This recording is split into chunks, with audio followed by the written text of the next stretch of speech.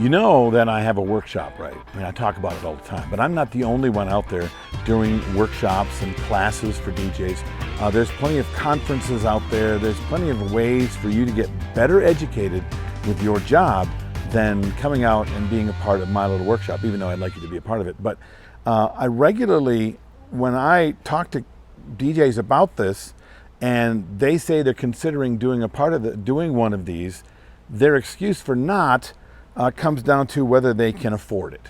Okay, the class costs this much money, the time I'm going to have to take away from work or from my home, the travel. I don't know if I can do the travel, but mostly it's about the expense of money mostly, and then the expense of time, which is, as we all know, time and money. Hi, it's Bill. This is Creative License. Thanks for being a part of my Dog and Pony Show. This is sponsored by Electro Voice and DJ Event Planner and Pro Bono Only and Disc Jockey News, and of course my workshop, The Entertainment Experience. So when I have a young man or woman who's thinking about doing this and they get to the idea, or rather they get to the reason they're not doing it being about money and they can't afford a thing, and when they're willing to have a conversation with me about whether that's a real thing or not, this is what I tell them. Can you afford not to take these classes? Can you afford not to learn what's new when it comes to your job, your audiences, the equipment, the new techniques, the new things that are necessary to be competitive in what you do? I mean, really, if you think about it, here's a good example. You're DJing, the fact that you're playing music and mixing music and playing it for dancing, and if that's all you're doing, your job is kind of being farmed out right now. And it won't be long, believe it or not, before you and your DJing gets replaced by Spotify, okay, or something like it. Right now, Spotify is getting better and better at mixing music. They're not great. They're not as good as we are. I get that. But it hasn't taken them long to get to where they are now. Along with the fact that we are connected so much right now. Our phones and everything else, they're measuring what we like and what we don't like. They're measuring. I've got an Apple Watch. It measures my heart rate.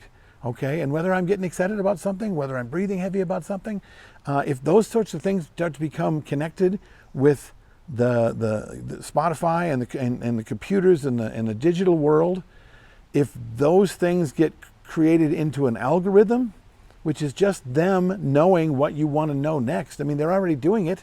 Okay, the prediction algorithms are saying, you like that? Well, you probably will like this, and you probably will like that. And weirdly, they're right.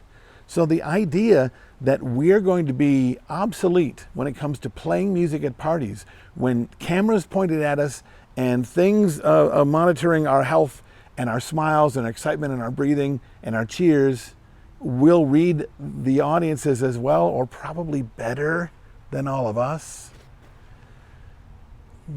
Can you afford not to go out and find out what's going to keep you relevant?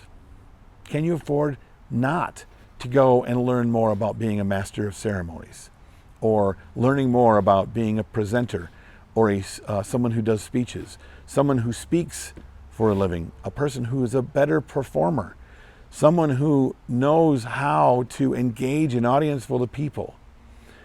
They're working on that too, don't get me wrong. Okay, Hollywood is working on having the actorless actor in their movies.